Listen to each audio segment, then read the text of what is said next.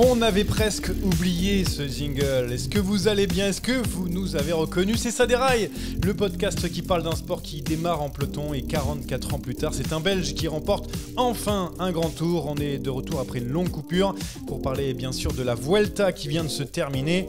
Une première partie sur le débrief de l'épreuve et une autre, ça va faire plaisir à l'un de nos chroniqueurs du jour sur Remco Evenepoel. Est-il au niveau d'un Vingegaard, Pogačar? On se posera la question. On aura aussi un invité qui vient de courir le Tour d'Espagne. Il a d'ailleurs porté le maillot rouge. Non, ce n'est pas Robert Gesink, mais Rudy Mollard, le coureur de la Groupama FDJ. Et aujourd'hui, retour à la source avec mes deux compères, Jérémy Sakian, bronzé après 3 semaines dans les îles paradisiaques du monde. Bonjour Jérémy. Bonjour à tous, bonjour Johan et bonjour Gilou. Attends, mais spoil pas. Voilà, pardon, désolé. Bonjour Anthony. Rémi Dos Santos, bronzé aussi, mais je ne sais pas à quelle destination. Par contre, j'ai pas trop suivi les vacances. L'Allemagne, je crois. L'Allemagne, Majorque. L'Allemagne, oui, très bonne blague. Ah, voilà, bravo, parce qu'il y a le riche qui était là-bas. Et bien sûr, en grand seigneur, Anthony Collat a laissé sa place à Gilou, parce que oui, on va l'entendre pendant 1 heure à peu près, des fois plus, des fois moins. Gilou, ça va ?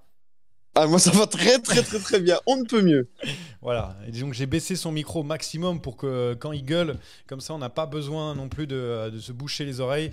Bon, vous avez entendu le programme, c'est du lourd, du très très lourd. Alors on y va, c'est maintenant le départ. Victoire donc de Remco Evenepoel sur cette Vuelta, 77e Vuelta. Il l'avait annoncé, il était venu pour gagner, il l'a fait. C'est la délivrance pour les Belges, 44 ans après leur dernier grand tour. Et Johan de Muynck, en 1978, c'était le Giro. Alors Gilou, on se sent comment ? Soulagé, content, bien et surtout confiant pour la suite. Confiant pour la suite déjà. Bon, on va parler de la suite un petit peu plus tard, tu prends trop d'avance. Mais est-ce qu'il y avait du monde sur les champs à Bruxelles ? Les champs bruxellois? Alors, il n'y avait pas de monde sur les champs bruxellois. Il faut savoir que Remco Evenepoel ne repassera pas par la Belgique parce qu'il part directement d'Espagne en Australie. Donc, à mon avis, il fera son retour en Belgique après les mondiaux et il aura sûrement un très bel accueil. Encore plus s'il va nous faire quelque chose au mondial. Mais pour l'heure, à part dans son village où je sais qu'ils avaient fait un écran géant et là, ils étaient plusieurs milliers, il n'y a pas vraiment eu de rassemblement proprement dit. En vrai, il va y avoir un gros truc, tu penses? Parce qu'on a vu Vingegaard, par exemple, quand il est rentré au Danemark, à Copenhague, et aussi dans son village, c'était un peu la folie. Ça peut être, bon, peut-être pas du même genre, parce que ça reste le Tour de France, mais un niveau, un beau niveau, quoi. Il faut pas se mentir, le Tour de France et la Vuelta, c'est pas la même chose et ça n'a pas le même aura et on s'en rend compte et tout le monde est d'accord avec ça. Mais oui, je pense qu'il aura quand même un bel accueil parce que les gens sont attachés au cyclisme, sont attachés surtout à ces 44 ans de disette. Même si c'est pas le Tour de France, il y aura quand même un bel accueil, je pense, pour Remco. Ce sera peut-être pas la grande place comme je le pensais, mais il y aura quelque chose surtout dans son village. Ça a peut-être pas la même aura, mais alors qu'est-ce que vous nous avez cassé la tête sur les réseaux avec cette Vuelta, Gilou? Maintenant, il va falloir assumer et faire la fête comme il faut, hein. Ah mais moi j'ai fait la fête comme il faut, ne t'inquiète pas, moi j'ai assumé. Pour toi, je m'inquiétais pas trop en fait. Ah, mais imagine, il revient avec le maillot de champion du monde en plus, là, Remco Evenepoel, le double champion champion du monde, pardon, le double maillot, puisqu'il est aussi sur le chrono. Là, je pense que c'est toute la Belgique qui s'enflamme là. Au niveau médiatique, là actuellement depuis dimanche, c'est comment? Bah, on en parle partout dans le sens où sur tous les journaux, sur toutes les TV, on parle de ça, mais c'est quand même un impact quand même beaucoup moins grand que celui du Tour de France. Il faut se rendre compte en Wallonie qu'on n'a pas eu les étapes. Le seul moyen de voir, c'était soit de regarder chez les Flamands, soit de regarder sur Eurosport. Donc, le grand public ne pouvait pas juste allumer sa télé et regarder les courses. C'était pas possible. Donc, bien évidemment, si c'est moins médiatisé, il y a moins de retours. Mais la Belgique est quand même contente. Il faut pas se voler la face. Il faut prendre un abonnement à Eurosport. Je sais pas ce que t'en penses. Moi, je l'ai. Bah, Gilou, il l'a. Hein. Vu le nombre de messages avec le hashtag les RP, je pense qu'il l'a. Ah oui, Guillaume Di Grazia, j'adore. Oh, Jérémy Sakian, il est vraiment très. Il n'y a pas eu ça par contre. Ça par contre, c'est vrai qu'il y a eu une grosse polémique autour de. On va dire les gens sont contents pour Remco Evenepoel, mais Guillaume Di Grazia a perdu des points dans l'amour que les Belges lui portent. Ouais, bon, après, il va gagner des points très rapidement, hein, puisque quand il va revenir... Oui, je n'en doute pas. Donc, ça va être quand même plutôt pas mal. Bon, on va essayer de parler de la course au bout d'un moment, parce que ça va, c'est bon, les Belges sont contents, Gilou est content, évidemment. Mais alors, au niveau de la course, est-ce que Remco Evenepoel a manœuvré parfaitement? On a l'impression quand même qu'il a été plutôt serein du début jusqu'à la fin, Jérémy. Oui, alors moi du peu que j'ai vu, je vais pas vous mentir, j'ai vu quasiment aucune Bora étape Bora, en il direct. n'y a pas Eurosport à Il y a Bora pas Bora. Eurosport là-bas. Mais l'appli fonctionnait, donc je regardais le final en replay. Maintenant, je vais pas pouvoir vous donner beaucoup plus d'éléments. Du peu que j'en ai vu, du peu que j'en ai analysé, j'ai l'impression qu'il a tout bien fait en fait. Qu'il a profité de cette première semaine montagneuse pour créer des écarts. Il a profité du chrono de la 10e étape pour amplifier les écarts. Puis après, il a poussé Roglic à prendre plus de risques pour le final que l'on connaît. Donc pour moi, il n'y avait pas possibilité de faire beaucoup plus pour Remco. Chapeau à lui, j'y croyais pas et mea culpa. Ah, tu vois, c'est beau, Gilou. Voilà, c'est la fraternité. Tu peux partir, entre Gilou, c'est bon, entre t'as eu la ce que tu Belgique voulais. et la France, c'est bon, c'est parfait. Non, mais Rémi, est-ce que tu as pu regarder aussi, toi, en Allemagne, Bien sûr. Eurosport, et donc vu comment a manœuvré Remco Evenepoel sur ces 3 semaines, parce qu'on avait des doutes, évidemment, parce qu'on le voyait gagner des courses d'une semaine, et là, pendant 3 semaines, il a été plutôt serein. Il a été très serein. Moi, il m'a énormément surpris. Avant la Vuelta, j'avais dit que pour moi, Remco ferait top 5, sûr.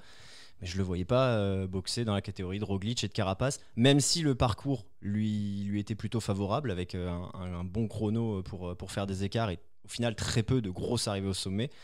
Mais moi, je pensais que 3 semaines, ça paraissait déjà un peu long pour lui. Ça n'a pas été le cas. Et en fait, dès la première arrivée au sommet, il a montré qu'il était le plus fort. Et à partir de là, il a surfé sur cette confiance de cette 6e étape pour engranger du temps sur ses rivaux. Et puis après, il a géré comme il fallait.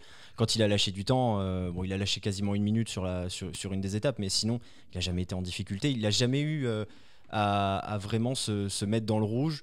Et il a parfaitement géré sa course. Vraiment, chapeau. Après, on a quand même un regret pour nous qui aimons l'adversité, c'est cette chute de Primoz Roglic parce qu'il était en train de monter en puissance et il avait repris du temps sur Remco Evenepoel, il était qu'à 1,30 de lui. Alors, on ne dit pas qu'il aurait gagné finalement cette Vuelta s'il était resté sur le vélo, mais bon, la victoire de Remco Evenepoel sans Roglic, elle est quand même belle, Gilou ?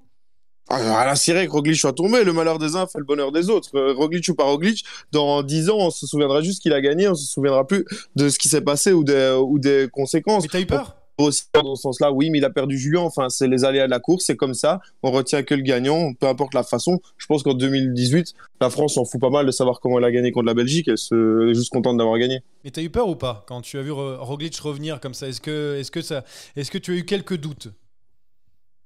Objectivement, oui. Ouais, j'étais assez inquiet parce que je l'avais dit sur ce podcast parce que j'ai réécouté. Ma peur, c'était que Remco Evenepoel arrive trop tôt en forme et puisse froisser ce début de Vuelta et puis après être sur une forme descendante alors que les autres pouvaient être sur une forme ascendante. Donc oui, on avait peur. Après, comme l'a dit Rémi, il était quand même en contrôle tout le temps. Il a jamais vraiment été mis en difficulté. Il gagne quand même avec plus de 2 minutes d'avance. C'est quand même pas mal.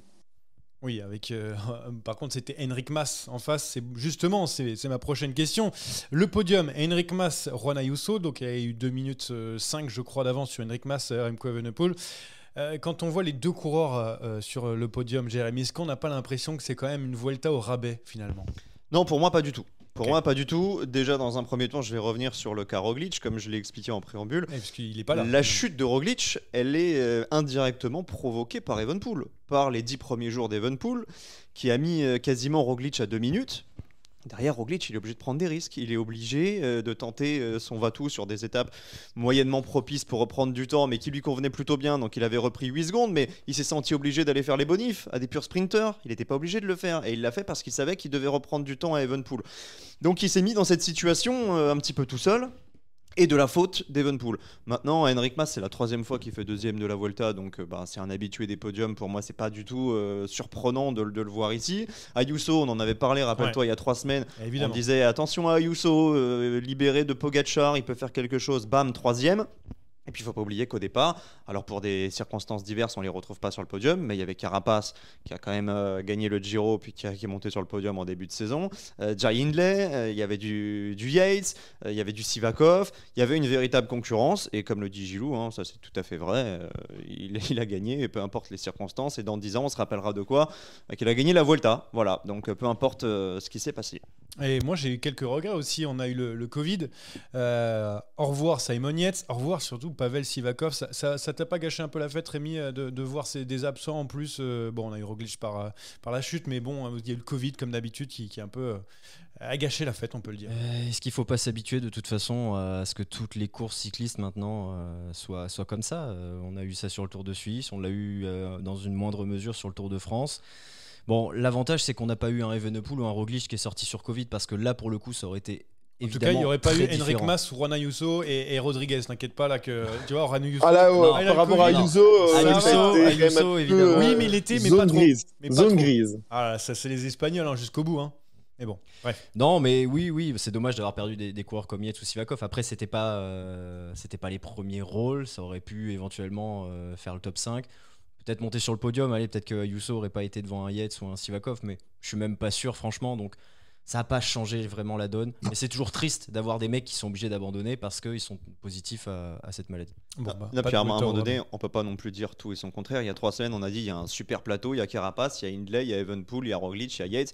Bon, 3 semaines après, il s'est passé ce qui s'est passé. C'est vrai qu'Ayuso, bon, on peut en parler, il s'était passé la même chose avec Maïka sur le Tour de France, mais globalement, c'était un grand tour avec un plateau plutôt sympa. Il y avait aussi Valverde, Nibali en termes de grands noms, même s'ils n'ont pas participé à la lutte pour la victoire finale. Donc non, il faut Nibali a fait il fallait savoir. Parce qu'il a pris un relais à un moment. Je me rappelle, il a pris un relais. Il s'est fait décrocher de l'échappée. Ça, c'est la haie d'honneur.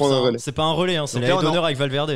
On est en train de chambrer dans le plus grand des calmes un mec qui a gagné 4 grands tours. Bien sûr, c'est normal. Non, mais très bien. Non, mais d'ailleurs, je voulais en parler plus tard, mais voilà, fin de deux légendes, Alejandro Valverde et Vincenzo Nibali, ils ont eu cette haie d'honneur, voilà, et puis Valverde a pu finir dans les rues de Madrid, enfin finir, pas à la fin, mais en tout cas ouvrir les rues de Madrid, voilà, avec en solitaire pour se faire saluer par son public, etc. C'était beau, j'ai pas lâché ma larme parce que voilà, je voulais un truc un peu plus encore sensationnel, mais bon, voilà, c'est pas grave. Moi, je suis un mec qui aime les parcs d'attractions, donc non. Tu voulais quoi Je sais pas. Un lâcher de colombe. Attends, on parle de 2 monuments.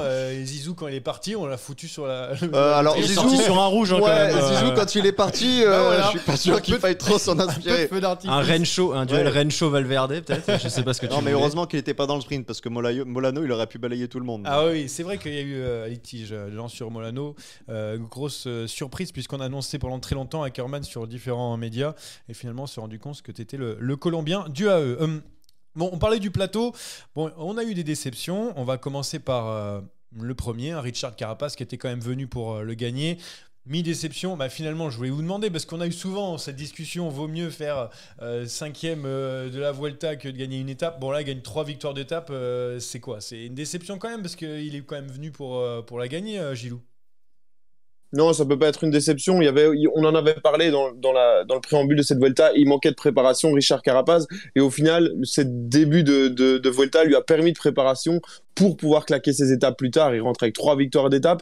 Et je pense qu'il est content. Il a déjà gagné des grands tours. Ça peut pas être une déception, surtout dans la forme avec laquelle il est arrivé. Je pense qu'il y a d'autres coureurs qui seraient très très contents d'avoir 3 victoires d'étape. 3 victoires d'étape et le maillot de la montagne. Tu signes avant ? Tu aurais signé ? Ah, mais Gilou a raison, ça peut pas être une déception, mais moi en tant que... Alors si j'avais été fan de Carapaz, ce qui n'est pas forcément le cas, mais j'aime bien le coureur, je pense que j'aurais pas signé avant la Vuelta. C'est vrai, on l'avait dit, il manquait de repères, il avait fait un Tour de Pologne quelconque.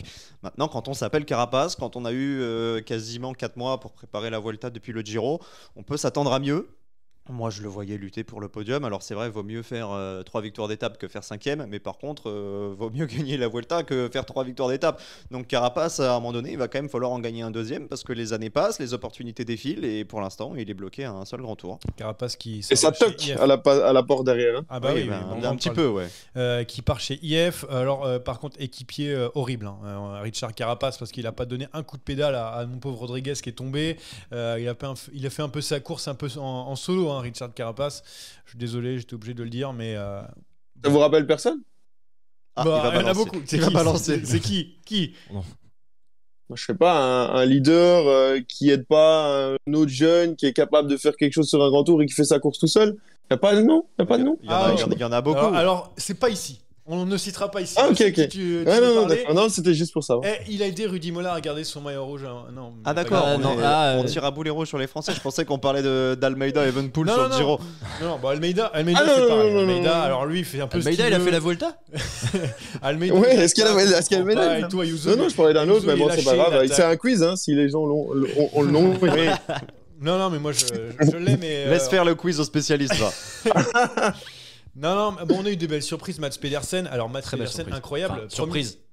Non, mais une bonne surprise, de le voir gagner 3 étapes. On ne s'attendait pas à ce qu'il gagne autant d'étapes. Il y a un moment dans le bus, alors pour avoir commenté le best-of de la Vuelta, il y a un moment dans le bus, lors de sa première victoire au matin, il arrive, il dit les gars, vous m'emmenez, je gagne, c'est promis, il n'y a pas de problème. Bam, il arrive, il l'emmène, il gagne. Enfin, je trouve que c'est un grand champion de dire ça dans le bus en mode il n'y a personne qui peut me battre aujourd'hui, si vous m'emmenez, je gagne à 100%. Il faut prendre des risques, parce que si tu gagnes pas, c'est un peu. Oui, il avait promis Alex Kirch, je crois, la victoire d'étape. Sur sa 3e victoire. Et il aurait pu faire 4, parce que Molano à Madrid, bon, ça va qu'il en avait déjà gagné 3, Pedersen, mais à la place du Danois, je l'aurais un petit peu mauvaise. Il a commencé son sprint au milieu, il a fini quasiment dans les balustrades. Ce qui est fou avec Pedersen, moi je trouve, c'est que si on se rappelle un peu de sa carrière, avant son titre de champion du monde, qui restait quand même une surprise, parce qu'on l'attendait pas non plus, avant ça, il n'allait pas se frotter dans les sprints massifs et c'était pas vraiment un sprinter. Après son titre de champion du monde, il a commencé à aller sprinter et on se rend compte qu'au final, il fait partie des meilleurs du monde dans ce domaine-là. Mais il y a eu vraiment ce changement après son titre et c'est assez fou, je trouve. Après, il passe les bosses et tout, donc ça va être un adversaire. Dans les meilleurs du monde, je mettrais quand même un bémol, c'est qu'il manquait quasiment tous les sprinters les plus rapides sur le plat, à part Bennett, qu'on a quand même gagné, mais il manque. La plus grosse déception de Vuelta, elle est peut-être belge, les gars. Elle est totalement belge. Attendez, on y vient sur les déceptions. Attendez, on va d'abord faire les bonnes surprises. Ayuso, on en a parlé plusieurs fois, le 2e coureur le plus jeune à atteindre le podium d'un grand tour après Henri Cornet en 1904. Bon, c'est plutôt pas mal. Quoi, t'aimes bien Ayuso ? Moi j'aime bien Ayuso, mais surtout la dernière fois qu'un mec du AE sur son premier grand tour sur la Vuelta a fini 3ème, l'année d'après il a claqué une autre course. Oui, mais il avait gagné 3 étapes en même temps. Alors je suis d'accord, il avait gagné 3 étapes. Il a gagné étapes. Paris-Chauny, Pogacar, je sais pas. Quoi ? Il parle de Paris-Chauny. Si tu me dis ça, moi je deviens fou, moi. Paris-Chauny. Non, mais. Donc voilà, évidemment, je crois pas à ce genre de signe, mais bon, ça prouve quand même que chez UAE, il y a déjà la suite. Par contre, on parle beaucoup de mercato en ce moment avec une bagarre entre les principales équipes du World Tour pour se renforcer en vue du prochain tour. Pour UAE, les meilleures recrues, elles sont en interne. T'amènes Almeida, t'amènes Ayuso sur le tour, c'est autre chose. Attends, Almeida en coéquipier, j'attends de voir encore parce que vraiment, je trouve qu'il fait n'importe quoi. Mais on sait pas être équipier, nous, les Portugais. Ah bah ça j'ai remarqué. Et ni alors d'ailleurs. Bon après, ça c'est notre question. Ni alors. Bon. Oui, parce qu'on devait commencer le podcast une demi-heure avant, mais comme c'est enregistré, ça ne dérangera pas les auditeurs. Non, mais Gilou, oui. Alors c'est bon, on y est dans les déceptions et tout, les bonnes notes. Bon, alors j'en ai noté quelques-unes. Jevine, oui, bon, bonne note. Plus que bonne note quand même. Très bien, 2 étapes, c'est le meilleur grimpeur du monde sur 2 jours. Et puis après, bon, il n'a pas eu trop de chance et il s'est un peu écrasé. On mettrait bien Jevine contre Marc Padoun au Dauphiné. Franchement, il y a match. Oh non. Non. Attention. Déjà, rappelle que on compare pas Marc Padoun. On fera bientôt le podcast bilan de l'année de nos prévisions. On avait fait un bilan à la mi-saison et Jevine, je l'avais mis dans mes surprises, je crois. Alors que Padoun, pour le coup, il sortait un peu de nulle part. Jevine, qui a bien progressé. Dommage qu'il soit tombé parce qu'il avait le maillot de la montagne sur les épaules à ce moment-là. Sam Bennett aussi, lui aussi, qui a abandonné sur Covid. 2 victoires d'étape, alors qu'il avait gagné qu'une seule fois dans la saison. Bon, plutôt. Piège bande Francfort, quoi. Donc c'était pas. Merci Van Poppel. Merci Van Poppel.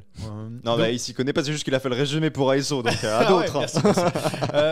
J'ai noté Arensman aussi, qui gagne une victoire d'étape, qui fait top 10. Il commence à monter un peu en température. Non, Oui, pour moi, c'est pas forcément une surprise, mais belle Vuelta de sa part, effectivement. Marc Soler, j'adore. Alors, Marc Soler, moi, c'est pareil, en termes d'équipier, Marc Soler, on comprend rien du tout. Alors, ils ont vraiment une pléthore de bons coureurs, mais alors, qu'est-ce qu'ils font n'importe quoi ? Marc Soler, il est incompréhensible, ce type. Il a un moteur incroyable, il fait n'importe quoi, il arrive à gagner de temps en temps, mais... Après, il y a des mecs qui sont talentueux et qui n'ont pas la fibre tactique ou... Greg Van Avermaet, pour ne citer que lui. Il est quand même champion olympique. Oui, mais c'est pas pour ça qu'il avait la science de la course. J'enchaîne avec Menkis aussi. Pas mal, non ? Comme d'hab. Comme il n'a pas fait beaucoup de top 5, je ne l'ai pas beaucoup vu dans les résultats. Donc...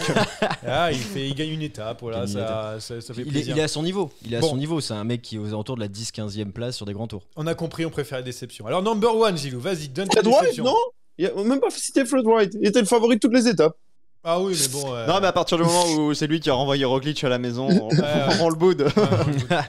Non, dans les déceptions, Gilou, bon, donne-le ta déception numéro 1, parce que tu as eu le numéro 1 de la Vuelta, c'était Remco. Et le dernier, c'est qui ? C'était Tim Merlier, bien évidemment. L'énorme déception de Tim Merlier sur cette Vuelta. On attendait un duel peut-être avec Sam Bennett, même si pour tout le monde, Merlier était plus fort que Bennett, c'était le meilleur sprinter de ce plateau. Il allait gagner le maillot vert, les 2 doigts dans le nez et 1 dans les fesses. Résultat, pas du tout en forme. On se rend compte tout de suite qu'il a pas de vitesse, que c'est pas très bien réglé dans son équipe. Ensuite, première pente, il est lâché sur un pont d'autoroute. Voilà, Merlier plus que décevant. Alors est-ce qu'il a déjà son transfert chez Quick-Step en tête? C'est possible, mais c'est d'une déception sans nom. Il était où dans le sprint à Madrid? Il est lâché au kilomètre. Je l'ai pas vu. Non, parce qu'à un Il moment est donné, lâché au kilomètre. Il je crois pète que au c'est- kilomètre. Je crois que c'est. J'ai David re-regardé Calino après. qui Il lance. pète au kilomètre. Il se retourne, il y a plus Merlier et moi je cherche le maillot de champion de Belgique. Non, Je non, le vois il pas. pète au kilomètre. Moi, j'avais encore parié sur Merlier sur la dernière étape. Je me dis, franchement, un sprint qui lui convient, un sprint Vando comme ça, franchement, ça peut être pas mal. Bah, il pète au kilomètre, c'est raison, vraiment il a que. raison. Bah, alors, on va pas jusqu'au bout, quoi. Enfin, je sais pas. 119e à 2,03. Il finit bien là. Pas mal, Ah ouais. pas mal. Un Il peu a- Ah ouais, derrière le kilomètre. ouais, non, Il a mis c'était- 2 c'est- minutes pour faire une borne. c'est la déception de cette Vuelta. C'est lui, il y a pas à dire. Franchement, c'est Attends. dur de trouver une explication. Il y en a Est-ce d'autres qu'il est, aussi. est-ce qu'il est pas un peu perturbé aussi par sa future paternité? Parce que le transfert à Quick-Step, je veux bien, mais là il avait quand même Parce l'occasion que de. Carapace, il est transfuge cet été. Ouais, enfin, et puis ça Merlier, va bien. il a gagné sur le Giro, il a gagné sur le Tour. C'était aussi l'occasion de rentrer dans le cercle Ah ouais, des, c'est des vrai, ça. triples vainqueurs. Et là, franchement, énorme déception. Mais pour moi, c'est la déception canne. number one, sans aucune discussion. Ah oui, sans aucune Ah bah discussion. oui, Ah non. bien sûr. On continue chez nos amis belges. Alors, le saviez-vous, Lotto Soudal était sur la Vuelta. Oui, Non, j'ai vu le nombre de points récoltés par les teams UCI World Tour et il y en a pas beaucoup pour la Loto. Apparemment, Lotto. apparemment dans la Loto, dans les voitures de la Loto, ils mettaient les courses d'Arnaud Delis pendant les étapes. Ah non, pour mais voir je te s'il prenait des jure, points. j'ai découvert. Alors, il y avait Thomas Degen qui était là. Bon, bonjour à lui. Mais alors, le reste, bon, je dis rien. Steph Kras, bon, bref. Ils ont mis une équipe B parce qu'on a compris qu'il fallait marquer les points ailleurs. Israël qui a perdu Woods dès les Pays-Bas. Donc là aussi, pareil, terminé personne. Israël, de toute façon. Israël, c'est condamné. Hein. En plus, ils n'ont Israël. pas un programme de course énorme pour la fin de saison, contrairement à Lotto et Cofidis qui vont aller un peu de partout. Ils ont beaucoup de points de retard. Ouais. Et j'ai l'impression qu'on a déjà compris que ça sentait pas très bon. S'il n'y a pas de miracle, il n'y aura pas de maintien.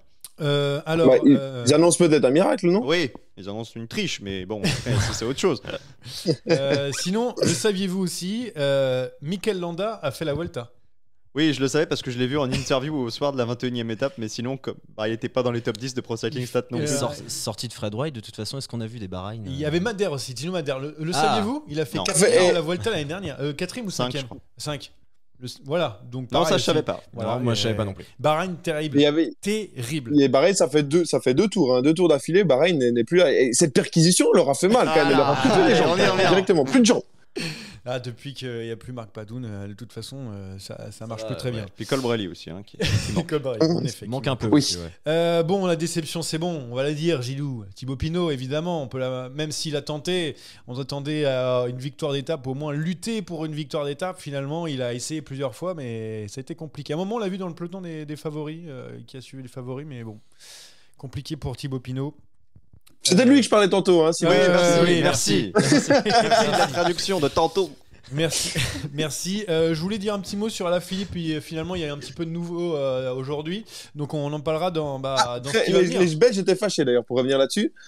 C'était pas, encore une fois, c'était des commentaires un petit peu cons, mais de dire qu'au final, il aurait pu continuer. Et les Belges, vous êtes un peu susceptibles Eh quand ouais. même. Hein. On peut rien dire. Il va juste claquer le triplé. Bref, attends, on en parle juste après. C'est le jingle. On attaque pas. On reviendra à la Vuelta et à Remco Evenepoel plus On va tard. attaquer, Ne alors. vous inquiétez pas. Il y a aussi Rudy Mollard tout à l'heure.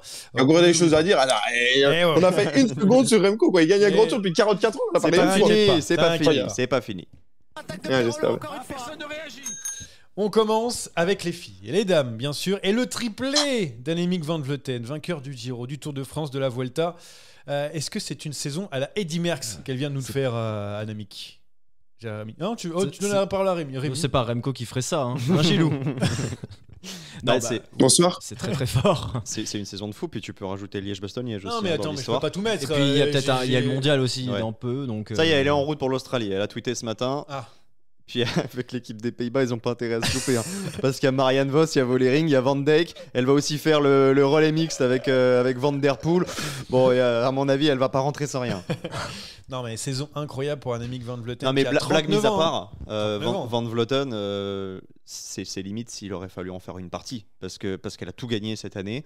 Elle a 39 ans. Elle est au sein d'une équipe Movistar qui est quand même relativement faible en attendant la super recrue l'an prochain, Liane Lippert. Et c'est vrai, comme le dit Rémi, c'est pas encore terminé. Donc chapeau à elle. Je serais curieux de voir si on va lui donner le vélo d'or à la fin de saison. Ah, bah, je pense qu'elle le mérite amplement, mais on fera une partie avec les filles. Je pense qu'on invitera Juliette Labousse, qui est l'amie de Saderaï, pour discuter aussi Je de crois que la t'allais dire de saison Van féminine. Vleuten. Non, bah, peut-être. Peut-être, après, on sait pas. Hein. J'en sais rien. pas sûr. Direction Pas le la même Canada génération. maintenant, avec 2 défaites pour vous de Van Aert. Voilà. Ah ouais, d'accord. Super ok. drôle, faut t'aimes bien- bien ça. Faut bien se rattraper À avec qui- ceux qui perdent. Hein. À Québec et à Montréal, battu au sprint par Pogacar, donc à Montréal. À Québec, surpris par l'énorme Benoît Cosnefroy. D'ailleurs, petite question, et c'est pas une énigme Benoît Cosnefroy, parce qu'un jour, il est capable de battre les meilleurs sur l'Amstel.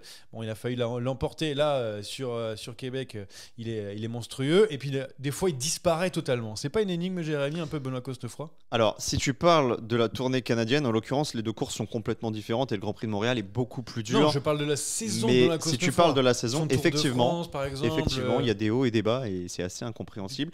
des fois, il Des est très capable hauts, des de- très Et bas. c'est peut-être Surtout. pas fini parce qu'il veut aller jusqu'au Tour de Lombardie, donc on va peut-être encore le revoir sur le devant de la scène. Mais c'est vrai que par exemple, le Tour de France, il a été transparent. Ouais, c'est bizarre. Moi, je trouve que c'est une énigme, Benoît Cosnefroy, parce que vraiment, c'est un cours incroyable, capable de battre les meilleurs à la pédale dans les arrivées en puncher, et puis d'un coup, boum, on l'oublie. Est-ce que ce serait pas un petit peu le Tim Wellens français? Tu le vois de temps en temps. Alors, Tim Wellens, c'est jusqu'en février, puis après, Ouais, parce plus rien, qu'après- rideau. Ouais, c'est normal, il est allergique, je vous le dis, moi, depuis le début. Il est Pas de allergique. réaction de Gilou, je suis. Bon. Tiens, on reste Lance sur, des perches. on reste sur Cosnefroy, puisqu'il y a donc la sélection de l'équipe de France pour les mondiaux qui est tombée. Julien Alaphilippe en fait partie, lui qui est tombé sur la Pinot. Vuelta. Il s'est fait mal à l'épaule. Pas de Pinot, pas de David Godu, pas de Benoît Cosnefroy, justement. Alors, qu'est-ce que ça veut dire? Parce qu'ils étaient quand même bons sur... bon, on a vu Godu à Montréal, à Québec, victoire de Cosnefroy. C'est tout pour Alaphilippe. Encore une fois, c'est-à-dire on a la confiance, non? Pas sûr. Ah, Pas sûr. bah sinon tu les emmènes. Non, mais les trois coureurs ont trois raisons différentes. Benoît Bah, Cosnefroy, il voulait pas a faire le refusé. voyage. Ah, si, Voilà, ok. il voulait pas le faire le voyage, c'était le trop long. Il vise le Tour de Lombardie. Je crois que c'est aussi l'objectif de David Godu qui en a parlé après le Grand Prix de Montréal. Il vise une grande Classic World Tour Mais et ils sont Thibaut capables Pinot. de gagner sur des tracés comme ça. David Godu. Dans l'absolu, ils ont le profil. Après, capable de gagner, je sais pas. Après, Alaphilippe, ça dépendra de sa condition. Faut noter quand même qu'il y a Bardet qui monte en puissance. fait. Il l'a dit. Hein, il l'a. se sentait très bien sur le Grand Prix de Montréal. Ouais, Sivakov est là. huitième à Sivakov Montréal. est là, mine de Ouais, rien, voilà. huitième. Sivakov est là, Sivakov, Laporte est là. Et puis Laporte. Alors Laporte, il était un peu juste à Montréal aussi. Je suis pas sûr que le parcours lui convienne à 100%, mais ce sera un coureur important. Non, c'est une belle équipe de France, articulée autour d'Alaphilippe. Mais si Alaphilippe n'a pas les jambes, et on le comprendrait, il y a aussi d'autres possibilités de briller. Pas autant que la Belgique, qui sera ultra favorite évidemment, mais il y a quand même une belle sélection. Et justement, la Belgique, Team Remco ou Team Van Aert? Parce que là, Oula. franchement, c'est divisé. Hein. On dirait la Wallonie. C'est la j'ai dit- Flandre. j'ai dit Pas la Flamandie. Ah. Mais là, c'est la plus grosse question de la Belgique, et c'est ce que tout le peuple espère, c'est qu'ils arrivent enfin à s'entendre et qu'ils arrivent à tirer sur la même corde et pas se tirer dans les pattes l'un l'autre. On va pas se mentir, si on prend les cotes, dans les trois favoris, il y a deux Belges, Wout van Aert et Remco Evenepoel. Mais l'intéressant, c'est qu'ils ont un profil totalement différent. Et la tactique de la Belgique, tout le monde la connaît et tout le monde sait ce qu'ils vont faire. Ça coule de source. On va envoyer Remco, on va forcer les autres à travailler, et ensuite Van Aert devra venir conclure. Ça, c'est la tactique de base. C'est logique. Après, est-ce que je suis team Remco, est-ce que je suis team Van Aert? Si je dois voter, si je préférais que ce soit Quinten Hermans. Voilà, comme ça, pas de réponse. Ah, il est là. Belle Quinten. réponse de Ah oui. Normand, ça. hein. Il est là, Non, mais- Hermans Ouais, il est là, Hermans. Ah Comme oui, il a quand loupé même. le titre à Fayetteville en cyclocross, il a peut-être l'opportunité de se. Vous savez, En se plus, replonger j'ai fait une dedans. petite vidéo, j'ai dit pour les Belges, c'est simple. Si on veut gagner, on fait tout comme à Liège-Bastogne-Liège. Voilà, c'est tout, c'est Oui, réglé. bah, ils avaient fait un 2-3 en même temps, ils n'avaient pas les mêmes maillots. Là, j'ai entendu une polémique, Gilou, en Belgique, d'un certain monsieur Encore. Bolens, que tu dois connaître, qui a dit que celui qui aurait les Oui. équipiers à Ça, c'est, À son service, lui, c'est celui il qui- est déjà loin aussi. qui signerait le plus gros chèque. Allez. Ça se passe C'est- comme ça dans la quel est sélection belge. Quel est Bravo. l'intérêt? Ce mec est le consultant, c'est le consultant de la RTBF. Donc la plus grosse chaîne en Belgique. Quel est l'intérêt d'aller créer des polémiques là en disant que en tweetant en disant que ce serait une question de pognon et de savoir qui donnerait le plus. C'est ça qu'on veut. Franchement, des fois, on a quand même l'air de se tirer dans les pattes pour rien. Non, mais pour être plus sérieux par rapport à la tactique des Belges, évidemment, ce que tu dis, ça semble évident du tableau noir. Mais tu fais quoi si Remco il attaque à 60 km de l'arrivée et que t'as Pogacar qui saute dans la roue? Et qui partent à deux? Bah ouais. Tu fais comment? Là, il va falloir prendre une décision. On sait que c'est une course sans oreillettes. Bah, je pense que Remco, on te demande de la prendre, monsieur le directeur sportif là, de l'équipe de Belgique là. T'es obligé de faire rouler. Non, moi je fais confiance à Remco. T'as plus de chances à gagner à deux, même si c'est avec Pogacar, que dans le peloton où tu peux encore te faire contrer, où on sait que tout le monde va rouler contre Wout. Donc non, s'ils sont à deux dans cette position-là, je demande à Remco de rouler et de le lâcher. Je pense qu'il est capable de le faire. Il l'a déjà fait. D'accord, bah félicitations pour cette médaille d'argent. Bon, non, je suis pas sûr. Tu vas te faire avoir comme avec Colbrelli encore. Attends, on en parlera évidemment du monde la semaine prochaine, donc on va pas non plus faire une grosse partie dessus. C'était juste les sélections qui sont tombées. Ne vous inquiétez pas, on a le temps d'en reparler. Dernier truc, allez, vite fait sur Jonathan Vaughters qui a critiqué le système de points de l'UCI. Vraiment, lui, il est en balotage avec son équipe IF, puisqu'il dit voilà, c'est pas normal de mettre plus de points pour le course d'un jour que sur 3 semaines, par exemple la Vuelta, voilà. Et du coup ils sont obligés de mettre les meilleurs coureurs sur Paris-Chauny par exemple plutôt que, et c'est normal d'ailleurs, mais que sur la Vuelta. Bon, on est tous d'accord avec lui. Sur le fond il a raison, sur la forme il serait temps de s'en apercevoir parce qu'on est en septembre et EF a fait n'importe quoi depuis janvier. Il fallait suivre la stratégie Lotto tout simplement. Ouais. Mais il voulait faire gagner la Vuelta à Hugh Carty et remonter quoi. Enfin, c'était une bonne strat. Hugh Carty, c'est vrai, il fait encore du vélo.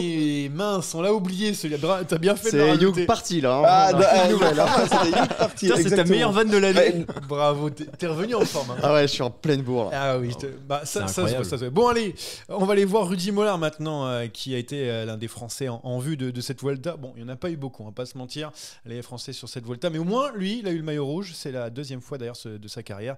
Il a récupéré dans sa valise. On l'accueille tout de suite dans l'échappée. 220 km d'échappée, une arrivée solitaire, un exploit dont il faudra bien se rappeler tout au long de la saison.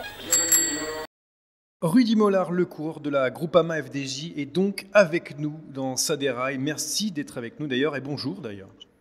Bonjour, bonjour à tous. Bon, alors, tu viens de terminer la Vuelta. Est-ce qu'on termine fatigué de cette 77e Vuelta? Ouais, bien sûr. On termine toujours très fatigué d'un grand tour. Et particulièrement la Vuelta, parce qu'il y a peu de répit et aussi beaucoup de transferts durant les 3 semaines. Donc, c'est un grand tour quand même vraiment exigeant. Elle est partie des Pays-Bas, bon, un petit peu de fatigue, mais tu as eu le droit au bonheur avec ce maillot rouge pendant un jour que tu connaissais déjà, puisque tu l'avais porté en 2018, un peu plus longtemps d'ailleurs, 4 jours si ma mémoire est bonne. Bon, c'est toujours bon de l'endosser quand même si on l'a déjà eu une fois.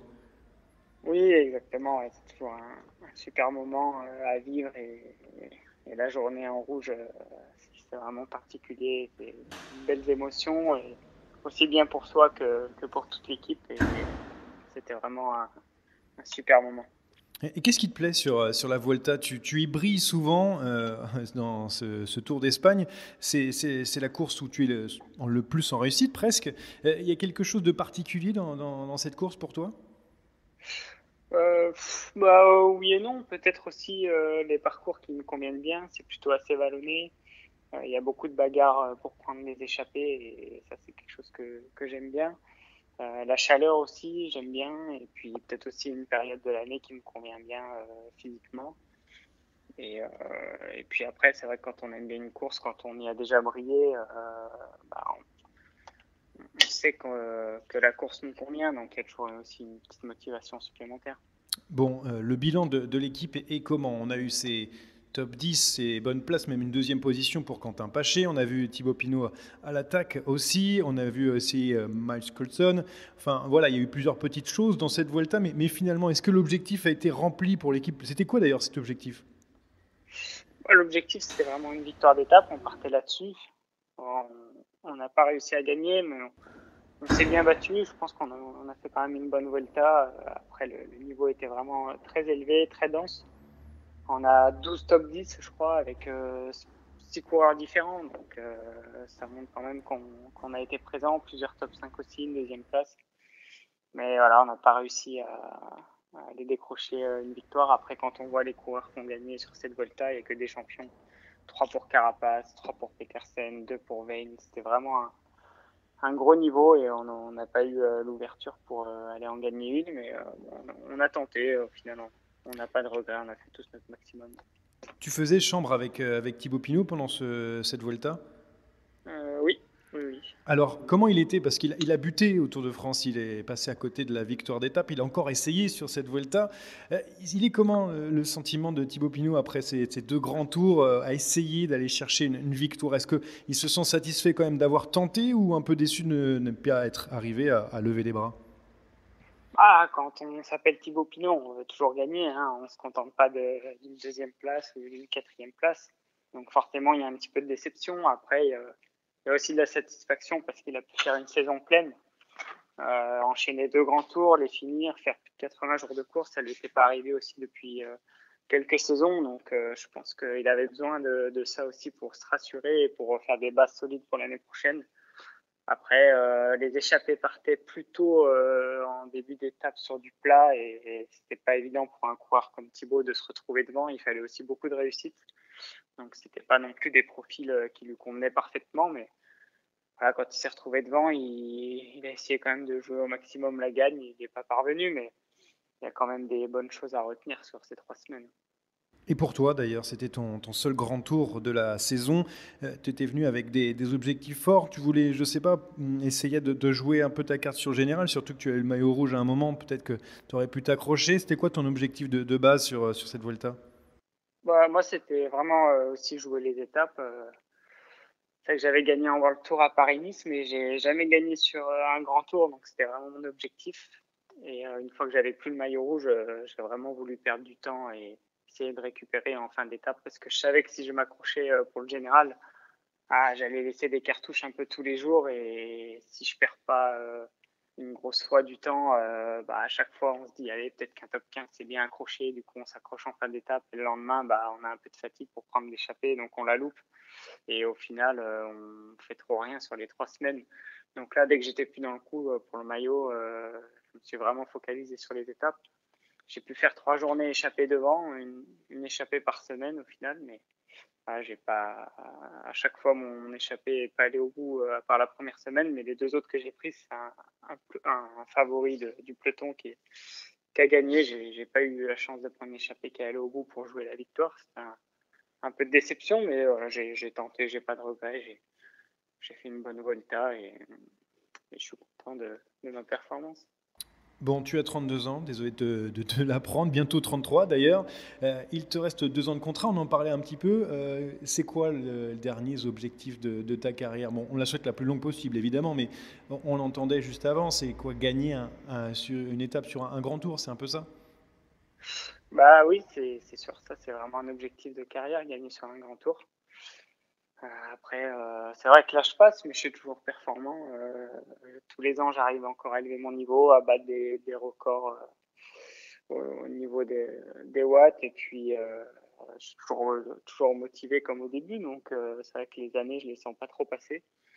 Mais oui, ça défile vite et ça me motive encore plus. J'ai encore plus envie de me battre parce que je sais que les années passent et que c'est maintenant qu'il faut que j'en profite parce que là, je vis sûrement mes meilleures années. Donc, après, le vélo en général, tout le monde augmente aussi son niveau. Donc, il faut toujours se remettre en question, toujours trouver les petites choses qu'on peut améliorer parce que quand on voit la densité actuelle au sein des coureurs, on peut pas se permettre le moindre relâchement. Donc, j'essaie de m'investir un peu plus encore chaque année.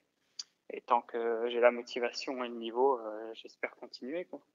C'est difficile de garder cet état d'esprit, je t'entends parler là. Voilà, il faut année après année se remettre en question, entre guillemets, repartir au combat encore. Plus les années passent, plus c'est difficile ou ça reste quelque chose qu'on arrive à gérer? Moi, j'arrive bien à gérer. C'est vrai que le vélo, ça reste quand même ma passion. J'adore le métier que je fais, donc je le fais vraiment pas sous la contrainte. C'est vrai qu'avec les années, certains coureurs commencent à avoir une lassitude. Moi, c'est pas le cas. Je suis vraiment content et très heureux tous les jours de faire ce que je fais. Ça me coûte pas d'énergie mentalement et tant mieux.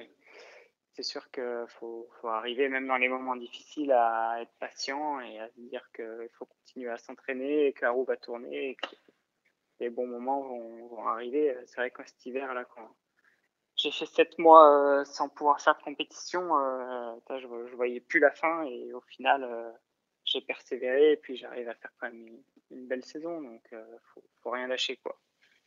Bon, on va rester sur ce côté expérience. Arrive maintenant la Groupama FDJ, de nouveaux coureurs, Lenny Martinez, Romain Grégoire, des coureurs performants et qui sont aussi assez excellents en montagne.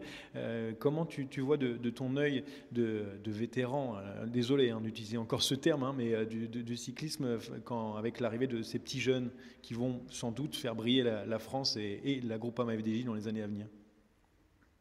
C'est génial, hein. Je pense que cette année-là, on a une année exceptionnelle de jeunes coureurs et ça n'arrivera pas tous les ans d'avoir ce niveau-là dans cette génération.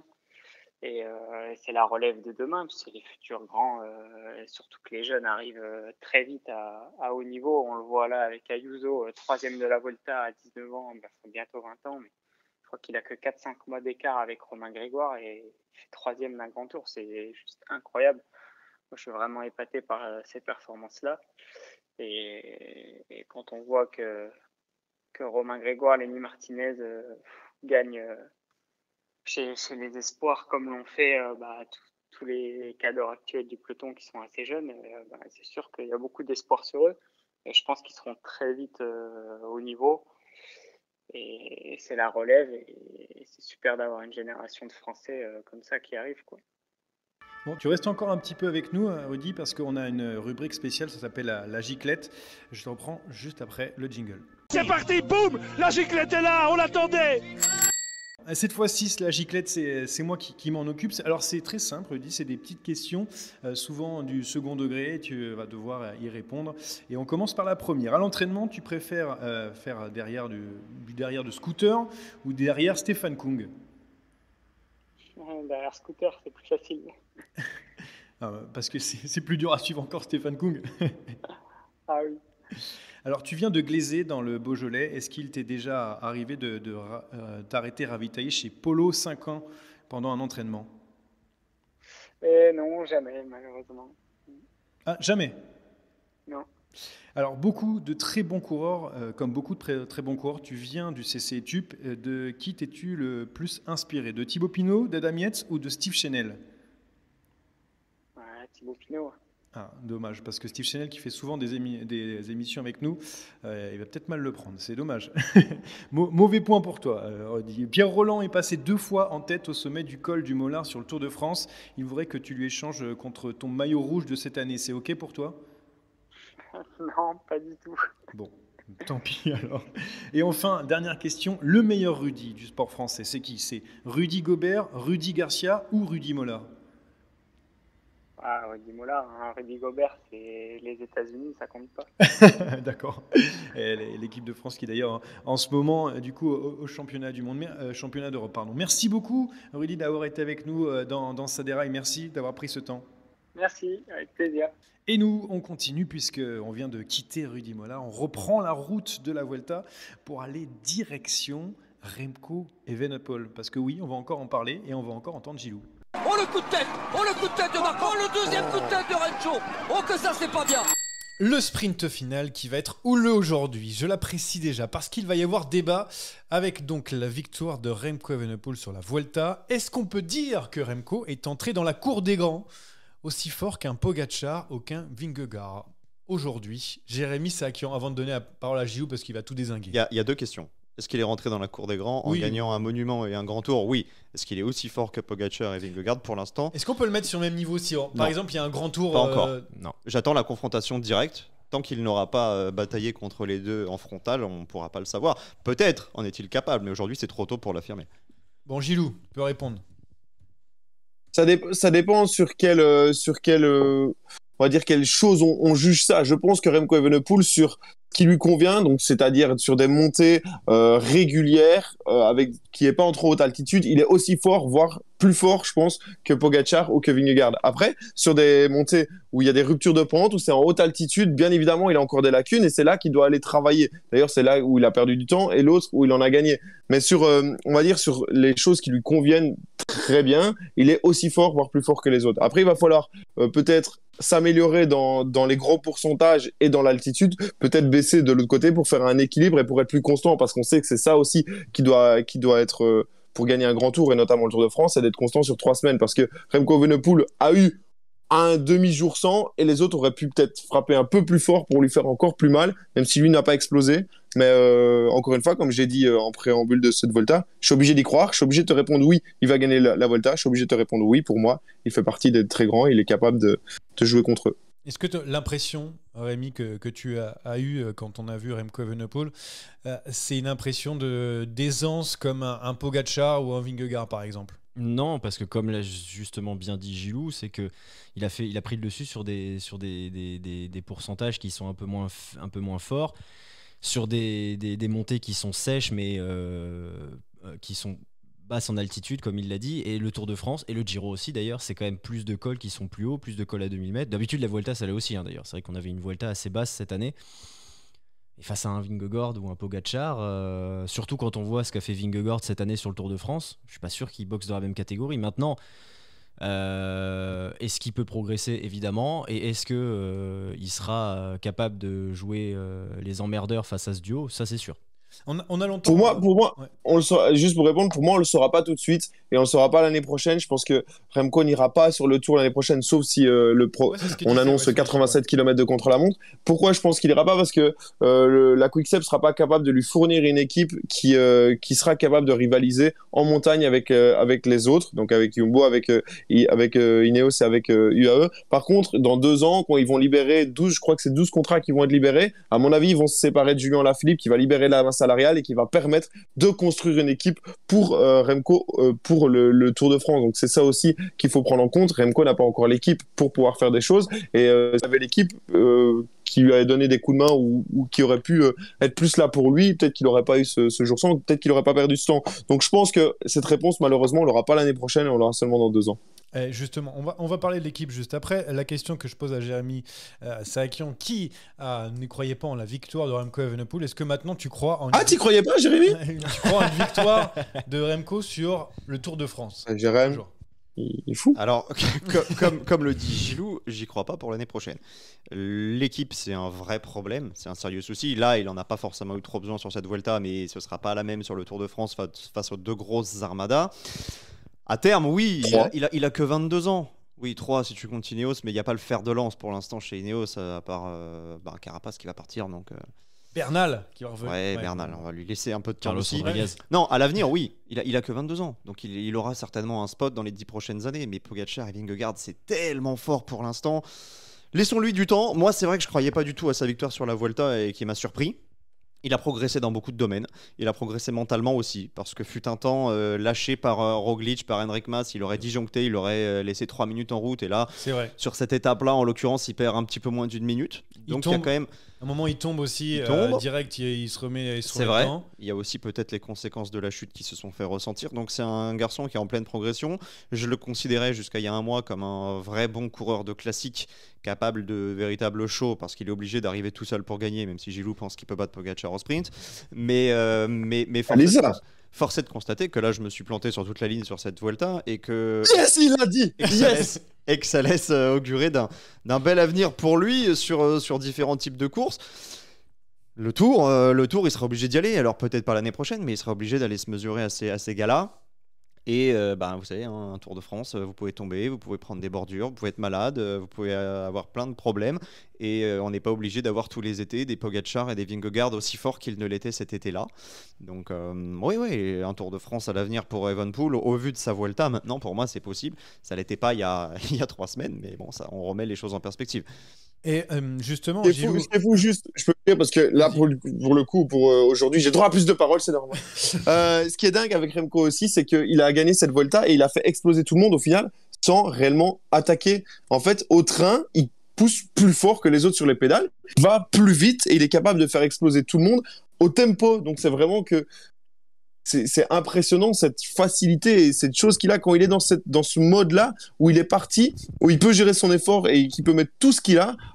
C'est le mode GOAT, quoi. Comme on a vu sur les Classica San Sebastian, comme on a vu sur Liège-Bastogne-Liège, quand il est comme ça et qu'il est dans un grand jour, sincèrement, il y a, je pense, quasiment personne qui peut rivaliser avec lui. Et est-ce que tu comprends qu'on prenne le temps pour Remco Evenepoel? Voilà, il a fait un Giro l'année dernière, ensuite on l'a laissé faire la Vuelta cette année, l'année prochaine sans doute pas de Tour de France, en tout cas c'est pas annoncé et c'est pas dans le plan. Et je sais qu'il est encore jeune, il n'a que 22 ans, mais par exemple quand on met des Pogacar déjà dans le grand bain, sans doute pourquoi pas des Juan Ayuso, j'en sais rien. Est-ce que tu comprends qu'on prenne le temps? Est-ce qu'on comprend en Belgique que petit à petit, piano au piano, on le fait monter en température? Moi, je comprends pour une chose, et c'est encore une différence avec Pogacar, c'est que Pogacar, il fait du vélo depuis qu'il est tout jeune.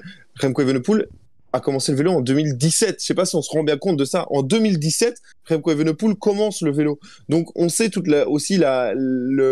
on va dire le stress qu'il peut y avoir dans le peloton, l'énervement, et que lui, qui a fait un petit peu moins le vélo que les autres, peut être un peu plus susceptible à toutes ces choses-là. Et aussi, bien évidemment, la médiatisation. Il y a une grosse médiatisation en France. En Belgique, c'est encore plus parce que c'est le Tour de France, parce qu'on est le pays du vélo et parce que ça fait X années qu'on attend. Et Remco Evenepoel, ça reste un sang chaud, ça reste un mec qui vient du foot, donc qui a un gros ego, ça peut lui monter à la tête. On l'a vu sur le Giro, quand il est lâché, il lâche son oreillette et il va dire allez vous faire foutre, alors qu'il a 20 ans et qu'il a encore rien prouvé. Donc il faut qu'on le protège, on n'a pas le choix, il faut qu'il prenne en caisse et en expérience. Il en a pris beaucoup pendant cette Vuelta, il faut encore que ce soit le cas. Moi j'espère qu'il ira juste se tester sur le Giro et qu'il n'ira pas sur le Tour de France et qu'on prendra bien le temps avec lui. C'est hyper important pour pas lui brûler les ailes.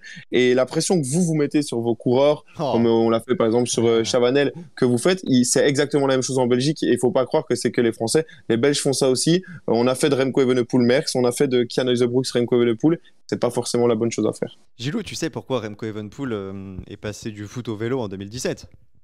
Parce qu'il a vu qu'Mbappé arrivait. Parce qu'il jouait plus. Et qu'il s'est dit je serai jamais champion du monde de foot avec la Belgique, donc autant tenter ma chance au vélo.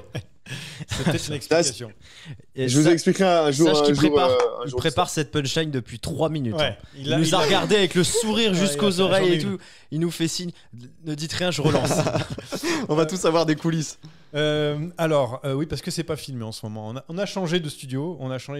Il est bien mieux celui-là. Il est bien mieux. Oui, on sent. Mais d'ailleurs, revenir avec une chemise de bûcheron comme ça, heureusement que c'est pas filmé. Comment il m'a vu? Mais t'as fait une vidéo de toi. J'ai fait une vidéo, pardon. Voilà. Tiens, on va parler de l'équipe de Soudal Quick-Step en 2023. On va en parler de cette équipe capable de tenir avec lui en montagne. Nous, on a Mattia Cataneo, Jan Hirt qui a été recruté, James Knox, Fausto Masnada, je note quelques coureurs. Hein.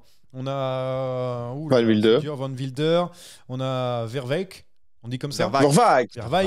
A-E, c'est A. Comme Van Aert. Très bien. Et après, on a des coureurs évidemment qui sont capables de le protéger, hein, Asgreen, etc. Il y a Honoré aussi. Bon, c'est un peu léger pour. Si on résume, il n'y a rien. Ouais. C'est un peu léger pour ne serait-ce que contrôler un grand tour avec un peu plus d'adversité en termes d'équipe. D'accord, les gars. Ça suffit pas. D'accord. Ça suffit pas. Quand tu vois en face des Roglic, des Kuss, des Maïka, des Almeida. Almeida, on a dit qu'on le comptait pas. Oui, mince, c'est vrai. Non, mais il y en a pas un qui tient la route en fait, dans tout ce que tu as cité. Enfin, faut être très clair. À part Masnada, il a fait une grosse Vuelta. À part Masnada, t'as vu le. Non, mais Masnada. Il y a que Van Wilder qui a fait un petit peu quelque chose. Un bon travail, oui. Mais dans l'absolu, Masnada, il a fait 2 de la Lombardie. C'est un coureur qui est capable. Il avait peut-être pas les bonnes jambes sur cette Vuelta. Je sais pas, je l'ai pas vu. Mais Masnada était catastrophique. Ouais, c'est vrai. En fait, c'est mon loulou là, mon Louis Verwijk. Verwijk. Et il faut prendre des cours de prononciation, Johan. Non mais attends, mais vous parlez n'importe comment aussi de l'autre côté de la frontière là. Attends, excusez-moi s'il vous plaît. Bon bref, il y a personne. Donc bon, tu veux virer Alaphilippe, il est en contrat jusqu'en 2024. Donc il va falloir t'attendre jusqu'en 2025 pour te construire une équipe avec le salaire d'Alaphilippe. Donc tu vas attendre un petit peu, Gilou. Je suis désolé. Hein. Je suis prêt à attendre. À moins qu'Ineos mette le chéquier. Ou alors il y a une autre solution. c'est que Remco s'en aille. Résiliation. Ouais, c'est Ça, je n'y crois pas une seule seconde. Non, moi Non, parce qu'il y a Lefebvre, il Patrick, il a pas le choix, il veut le garder. Il veut absolument le garder jusqu'en 2026, mon ami Remco Evenepoel. Et ben, on a fait le tour, non? Ah non, je voulais faire un truc, tiens. Il y avait les paris du Tour de France 2023. Il faut savoir que le favori, c'est Jonas Vingegaard, 2,50. Tadej Pogacar, 2,75. Remco est 3e à 4. Ça vous paraît logique? C'est logique vu ce qui vient de se passer. Après, Moi, ça me paraît bas comme cote quand même. Je trouve pas que ce soit une Oui, énorme c'est value, bas. hein. C'est ça, ça s'appelle de l'overreact. C'est toujours Oui. comme ça. Il y a des overréactions des books Ah bah oui. à ce qui s'est passé, mais c'est logique. C'est pas, je trouve la cote basse aussi, mais je comprends que ce soit tourné comme ça, tu vois. Par exemple, on Et a. d'ailleurs, Ayuso à 26, hein, je sais pas, il y a quelqu'un qui l'a dit aujourd'hui dans l'émission. Nous, il a 50 sur le site que j'ai. Bon, après, ça change évidemment. Ouais, mais la drogue, on a Wout van Aert. Ils sont pas compétitifs. Wout van Aert qui est 7e favori du Tour de France, hein, évidemment, aux côtés de Jane Lay et Degan Bernal. Enfin, voilà. Attends, Van Aert, il est devant Jay Hindley. Oui. D'accord. Oui, mais bien devant déjà quand même. Non, mais attends, pendant très longtemps, on a eu Marc Padoun qui était à 8-9 sur les Tours de France. Hein, donc, Donc, mais il faut se rendre compte que Van Aert a une cote 5 fois moins grosse que Adam Yates, oui. Ouais, ça c'est. Tu vois, Non, Pavel mais ça, alors, Sivakov est petit hyper loin. aparté, on va pas faire 2 heures là-dessus, mais Non. c'est C'est marrant. inconcevable, ça Gilou, parce que autant Van Aert, s'y mettait, peut-être qu'il pourrait jouer les premiers rôles d'ici 2-3 ans, mais pour le Tour de France l'année prochaine, il y a zéro chance. Il est dans l'équipe de Vingegaard en plus. Bah, Mais non, c'est bien pas sûr qu'il y a zéro chance, mais il y a toujours des couillons qui sont là qui se disent Oh, Van Aert, Faut payer le salaire de Gilou, les amis. C'est Avec vrai, tout ce qu'il ça. palpe. Ah bah oui, c'est vrai en plus. Hein. Puis avec tous les sports qu'il fait, il s'achète des fléchettes à 1 milliard d'euros et tout. il est temps que je vous invite, les gars. ça fait ses 180 là à la Voilà, maison, c'est oui, content. moi aussi, On veut des vidéos, hein, je par peux les contre. planter Oui, hein, sur le. À la main. Ouais, Y a c'est pas de preuve, facile, hein. Oui, c'est vrai qu'il n'y a aucune preuve. Je filmerai. Bon, est-ce qu'on passerait pas au quiz? Alors, normalement, on a un invité surprise. Oh non, c'est bon, un Nicolas. Alors, du coup, Alors, je me pose la question Anthony, de savoir. alors il faut faire un petit point sur la situation. Anthony est parti faire du vélo. Il Oui. a quelques kilos à perdre, c'est un secret pour personne. Donc Oui, c'est vrai. il a rallongé un petit peu le tour et il nous a dit les gars, prévenez-moi quand c'est l'heure du podcast. Je viens de lui écrire et il n'y a pas de réaction. Donc j'espère qu'il n'est pas tombé, mais je vous propose. Ah, ça y est, il vient de voir le message. Alors, non, pas non. du tout. C'est Gilou qui vient de Ah voir le ouais. message. Ouais, non, bah oui. Bah, du coup, qu'est-ce qu'on fait? On lance le quiz sans De lui, toute on attend. de toute façon, il gagnera pas. De toute façon, il gagnera pas. On est tous d'accord, les gars. Ah bah ça, de toute façon, c'est sûr. Allez, Même, bah, on même joue sur le sur lui. vélo, il se fait mater par ses fistons. Donc, Oui, oui. Allez, on y Qui a va. l'air pas mal. Attends, quand même, il a le temps du jingle. Ah bah il y a le temps du Il a le jingle. temps du jingle. Et là, maintenant que tu m'as glissé un chèque de 50 € dans la poche, Et si je peux aussi avoir la réponse du quiz, tant qu'à faire. Par contre, pose le portable, s'il te plaît. Jérôme. C'est de plus en plus alambiqué. Vous me dites quand il commence le quiz. ah oui, c'est pour Rémi. C'est car le coupable n'est pas Anthony. Non. J'admets avoir commis un crime lors du quiz précédent. Ouais, le melon du type, c'est incroyable. Ce quiz est une dictature orchestrée par moi-même. Bon, on a laissé le temps d'une jingle. Il est hein. toujours pas là. Il est toujours pas là. Il est toujours pas là. Pourtant, on a Alors- les jingles les plus longs de l'histoire. Eh oui. Ah, ça Il c'est faut la vrai. raccourcir tout ça Alors, quand même. Vous inquiétez pas, il y aura une nouvelle saison l'année prochaine. On va faire d'autres choses. On va être prolongé Pas tout le monde. Ah. Mais Le salaire va être Bon, doublé. mais je vous annonce que c'était mon dernier. mais non, bah, maintenant avec Remco qui, Bah, tu peux partir la tête haute au moins. avec pense les que c'est Belges qui plutôt- performent. C'est plutôt. Non, avec la Anthony saison de qu'on va cyclocross virer. qui va commencer, je serai viré Non. après la saison de Non, mais cyclocross. après, ce qu'on va faire, c'est qu'on va faire une Dream Team. C'est un peu comme l'After Foot sur RMC, tu vois. On va prendre des mecs en Espagne, des mecs en Italie et tout. Non, on va faire un truc. Bon. On n'a On va prendre Fred Hermel pour parler d'Ayuso. T'en connais beaucoup, ouais. des Espagnols. personne. Alberto Contador. Et il connaît, Et il connaît Petaki. On a Petaki pour Ah, il y a l'Italie. Petaki. On a Petaki. Puis on Bon, peut bref. aussi proposer à Laura Messeguer en C'est vrai. Espagne. Là-haut, Pour l'Allemagne, on il y a Lippert. T'as son Ouais, Insta. ouais. On va essayer. Hein. Moi, peut je peux essayer. faire la trad. Vous êtes Bon, proche ça vous Oh, la balance. ça vous dérange pas de commencer le quiz? Oui, pardon. Non. Oui, pardon. On est moins Bon, concentré. on essaie de gagner du temps pour c'est avoir dommage. Anthony, parce que C'est c'est dommage plus drôle. qu'Anthony soit pas là parce qu'hier Non. soir je lui ai dit révise à fond la Vuelta vu que le quiz ne portera pas sur la Vuelta. Oh non. Non, ce sera un quiz sur le World Tour 2022 étant donné qu'hier, eh bien, on a terminé avant-hier pardon avec le Grand Prix de Montréal, la 30e des 31 épreuves du World Tour cette saison. La dernière, c'est bien sûr Le Tour de Lombardie. Le Tour de Lombardie. Merci Rémi de suivre. Ah, je suis Tour de j'étais sur Guangxi. autre chose. Alors il y aura 12 questions aujourd'hui et on va faire un système un petit peu à la question pour un champion. Il y aura des questions à 1 point, des questions à 2 points, des questions à 3 points. Un petit peu varié. J'insiste sur le fait qu'on ne parle pas des victoires d'étape et qu'on ne s'intéressera qu'aux classements généraux, soit des classiques, soit des courses par étape, mais il sera pas question des victoires d'étape. Vous êtes prêts ? Oui. Première question, elle vaut 1 point, c'est un qui suis-je ? Vous pouvez évidemment m'interrompre, mais une fois que vous avez répondu, si c'est faux, c'est fini. Aïe. J'ai gagné 3 des 5 premières épreuves du World Tour cette saison. Je suis monté sur le podium d'un grand tour et j'ai aussi levé les bras ce week-end. Qui suis-je ? Pogacar. Pogacar. Bonne C'est si réponse simple que ça. Ouais. de Gilou. C'était une question à c'est 1 un point, hein, je vous rappelle. Donc, Ah ouais, moi j'étais en train de chercher un truc un peu plus alambiqué, mais pas du tout. il y aura en fait. des questions plus dures. Ne vous inquiétez pas, Non, non, mais elles c'est ma arrivent. faute. Question 2. Donc 2 points. Asgrind, Vingegaard, Fuglsang sont montés sur le podium d'une épreuve World Tour cette saison, qui est le 4e Danois à avoir réalisé cette performance. Asgreen, Vingegaard, Fuglsang, il y a un 4e Danois qui est monté sur le podium. Valgren. C'est pas Michael Valgren. Magnus Cort. Magnus Cort, c'est pas bon. Ah, il te reste plus beaucoup là. Pedersen. Pedersen, c'est pas bon non plus. C'était le champion du Danemark, Alexander Kamp. Ah ouais. Sur la Ah oui, classique. Sur la Bretagne Bretagne classique, c'est Ah, très mais récent. oui, c'est vrai. Il a failli battre Van Aert. Pas de points donc, c'est pas grave parce qu'il y a une question à 3 points qui arrive. Complétez le podium de Gant Wevelgem. Binyam Girmay, Christophe Laporte et qui fait 3. Question à 3 points. C'est pas un hasard, hein, c'est une question à 3 points. Binyam Girmay, Christophe Laporte, on parle quand même, messieurs, de Gant Wevelgem. Hein. On parle Oui, pas bah, du je me Grand Prix de souviens. fourmis. Bah, Van Aert. Et Van Aert, c'est une mauvaise réponse, Gilou. Tu n'auras pas 3 points sur cette question. C'est Ballerini. Ballerini, c'est pas bon. Tenter un truc. Dylan Van Barle.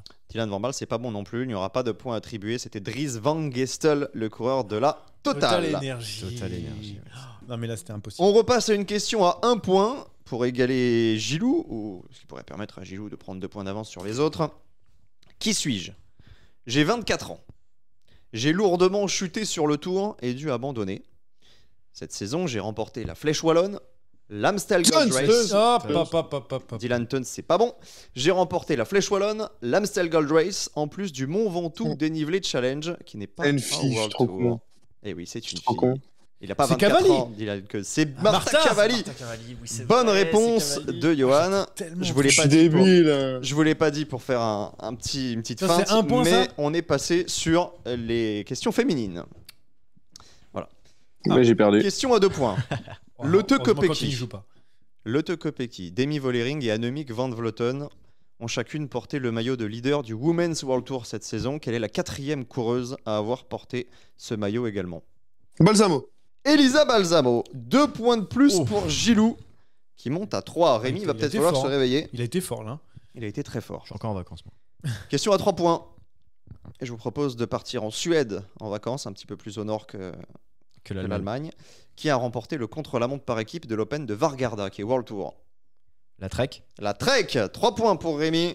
Oh, bien. Bravo. Quoi, c'était 3 points ça en Eh plus oui, c'était 3 points. La Trek d'Audrey Cordon-Rago, qu'on salue, qui ne participera pas malheureusement au chrono des mondiaux. On lui souhaite un bon Ouais, mais tu mets des rétablissement. filles, ils suivent les courses féminines. Mais Eh c'est ben, pas t'as qu'à moi. suivre les courses féminines, hein, tu le sais. Hein, Si t'as Eurosport, tu peux, hein, tu sais. on fait la part Ouais, à mais. tout le monde. Oui, c'est vrai. Quiz Faudrait parité. que je pense à démissionner, moi.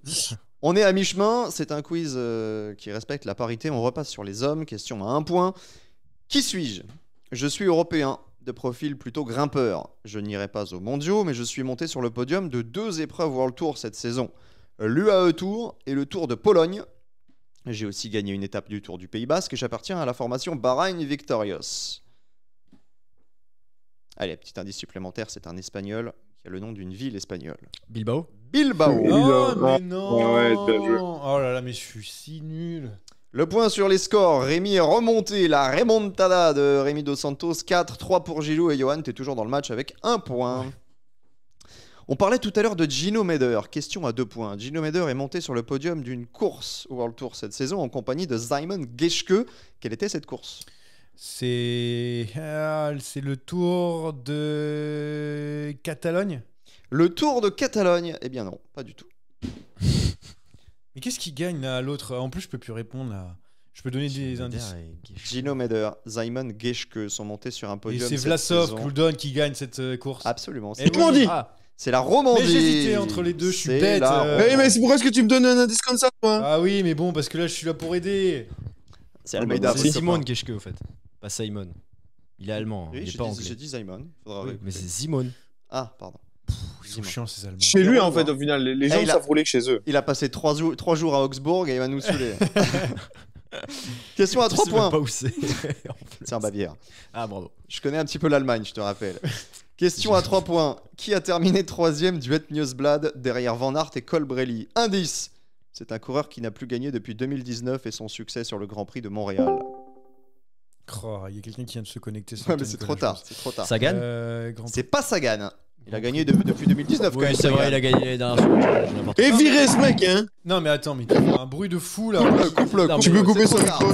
tard. Voilà, c'est bon. Merci. Alors, on Ah, mais reprend. attends, parce que moi je dois le faire aussi, tu me fais rire, toi. Tu dois faire quoi? Voilà, il est parti. Qu'est-ce il est qu'il parti. dit? Qu'est-ce qu'il dit?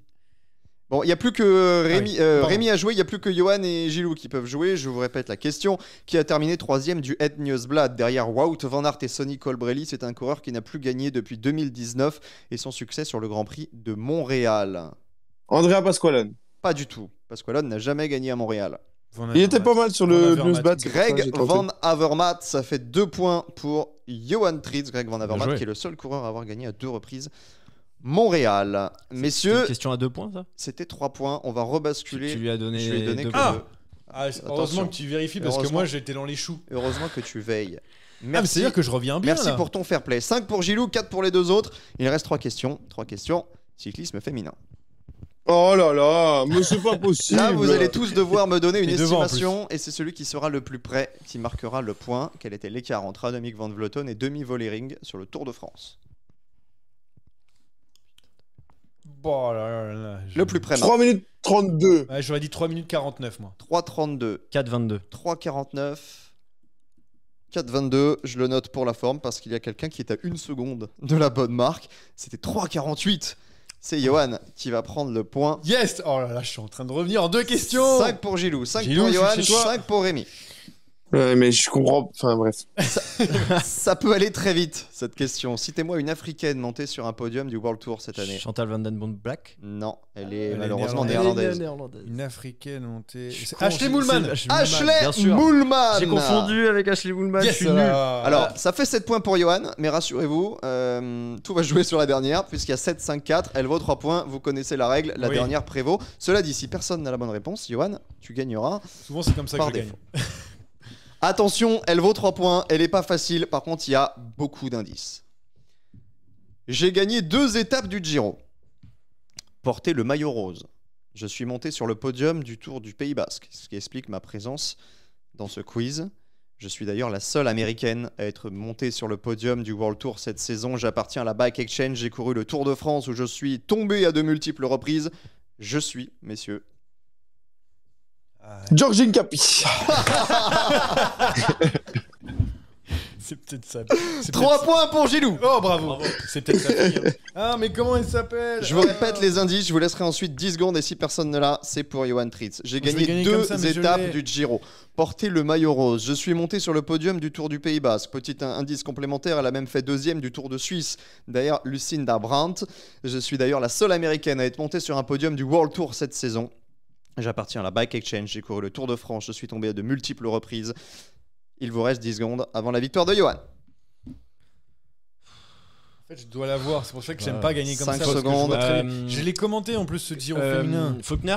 Kristen Faulkner, la victoire Alors, sur le bravo. fil Je préfère pour perdre comme ça. Rémi Dos Je Santos. préfère perdre comme ça parce que je suis désolé mais je dois l'avoir Faulkner et j'aimerais rester. Par contre, tu avais muté Gilou là sur la fin de quiz. Il est parti, t'as dit il a gagné alors il est Il a dit parti. Georgine Capi. Attends, il était à 2 Bonsoir. Bravo, bravo Rémi et Gilou qui a longtemps mené, termine finalement dernier de ce quiz. Bravo Gilou, bravo. En même temps là, tu Ouais, fan pas de toujours Wout van gagner. Aert, que veux-tu? faut réviser le cyclisme féminin ici, tu le sais très bien. Et quand ce sera les cyclocross féminins, là, il y aura quelqu'un. Ah bon, il y aura Pas d'autres moi. aussi, t'inquiète, il y en a un autre qui Il y en sera a un là. autre. Ouais, On mais fait il pas- confond tout le monde. Non, mais Ah, Une il fois sait qu'il a pas, cité il- Alvarado, il n'y a plus personne. Ah, Oui, ça vous allez pas me comparer à Anthony Nicolas quand même. Non, pour une fois, il l'a bien dit. Jamais. Il l'a On bien osera dit. jamais. Ouais. Anthony Colas. Voilà. Très rapidement, les paris pour. Les paris pourquoi? Les mondiaux. C'est pas la semaine prochaine? Mais non, mais. Ah oui, les mondiaux chronos, pardon. Ah, c'est même pas vrai. Il y a même pas les cotes. Mais.